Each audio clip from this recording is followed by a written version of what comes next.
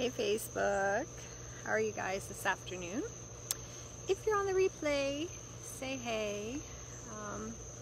So I'm sitting here under this tree, and if you're wondering why I'm sitting under a tree, well, first of all, I freaking love trees. Trees are awesome. The energy of trees is amazing, and I have a stack of things on my to-do list for this afternoon, and I had this horrible headache, so I said come out and sit under this tree for a little bit and drink something and rehydrate, because trees are healers. I mean, all of the plant world has healing properties, but trees to me are one of my favorites. I've told this story before. I'd actually forgotten this, and one of my friends reminded me from grade school. We used to hang out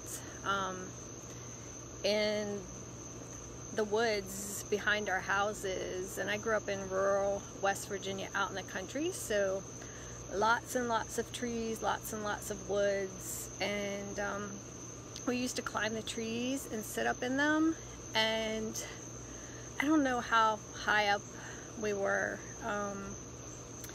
probably somewhere 10 to 15 feet in the tree.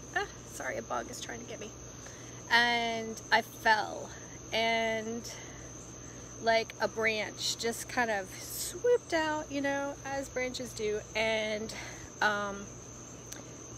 gently slid me to the ground. And you may think that's crazy, but I remember at the time, I had forgotten this, but I remembered it after my friend reminded me the whole story. Was I said, oh yeah, the trees love me. Of course this tree's my friend. It's gonna catch me and keep me from getting hurt. So anyway, anytime I'm feeling wonky or not quite right, or I have a headache or something, if I can get outside and sit by a tree and soak up that energy, that earth energy, being against a tree or being against the ground is just the most amazing healing thing. So if you don't do that, if there is any way that you can do that, Google earthing. Earthing is just, getting your body on the ground, not necessarily your whole body, but you can be barefoot, standing on the earth.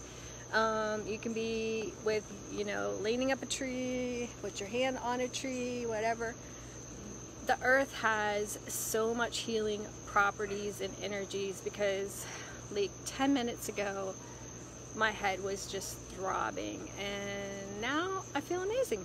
And so I wanted to do this live stream that I committed to doing today, and I didn't want to do because I had a headache, and then I'm going to go off and do all the fun things that I have to do that are not fun. Things like getting paperwork together for wills and yuck, financial paperwork.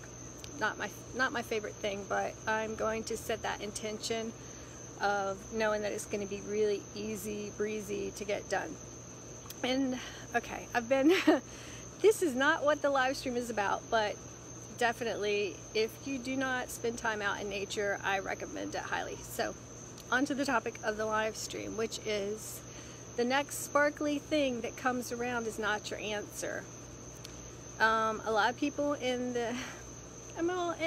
any facet, but in the spiritual world, there are so many different techniques and things that you can do that people just look for that next book, right? The next spiritual book, the next self-help book, the next technique, the next healing modality. And, I think discernment goes a long ways. Almost all of it is good, but there is so much out there in the world. It's fabulous, right? We have an abundance of choices in everything, especially if you live in the part of the world that I live in. But most of us have so many choices, and that's where you have to use discernment. You don't need to go after, if you have one healing modality that works, unless you're getting a strong intuitive pull that you need to do another one, just keep practice that one and get better at it. Learn it. Just if you have Reiki, then you don't have to go on and take healing touch and this and this and this and this and this and that and all the different kinds. What you really need to do is do what you know to do.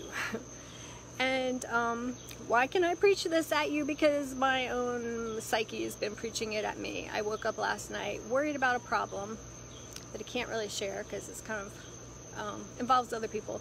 It was like, what do you know, what am I going to do? What am I going to do? And then the answer that came to me was, are you already doing what you know to do? Are you already using the tools that you have? Why are you looking for another tool when you have these perfectly good tools? And that's not to say that it's always wrong or always bad to learn something new. It's not. I mean, I love learning. Learning is one of my core values. But one of the things that I do is if I have a perfectly good healing tool, unless I really get a strong pull, I'm not going to go and learn a bunch of other ones. But I might learn, like I'm trying to take dance classes. It's hard to find someone that teaches flamenco around me, and you know, or language or something like that. But you don't have to. The answer is not out there. The answer is inside you. Tools are great. But if you just keep looking and learning and learning and learning and learning and not using, then you are missing out on actually getting the result, right? Because you can't get the result from learning and learning and learning and never implementing.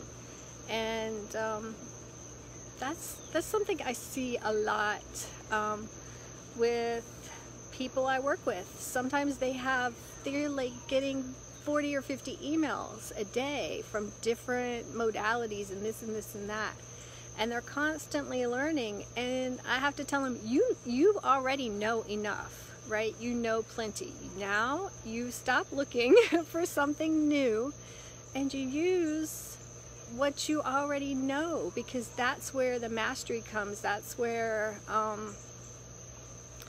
the results come. Because if you actually use it, then you're going to get better and better and better, and you're going to get more and more results. But if you just keep learning something new and looking for that new thing that works, you probably already know the thing that works. I'm pretty sure that 95% of us have a spiritual tool in our tool bag that will work if we use it. And we should spend a bit more time using it instead of looking for something new. It's common sense, but we just get so excited about the possibility of, sometimes I think it's an easy answer, the magic wand. And while I believe that we are all magic, that we're just born with magic in us, we have to use that magic. We can't keep going around looking and looking and looking for another wand or another this or another that that's gonna do it for us. We have to tap into our own magic. And you know, spiritual tools, doing EFT, doing Reiki, doing journaling, doing pray rain journaling, similar but different. Any of those tools will work, and so many more. But pick one that feels good to you and use it. Use it. Do it every day for at least a month before you think of doing something else. Because if you just keep looking for something new, you're going to miss the fact that you already have the answer. All right, I am going to head out and go do all this fun financial paperwork. You guys have a fabulous rest of your day.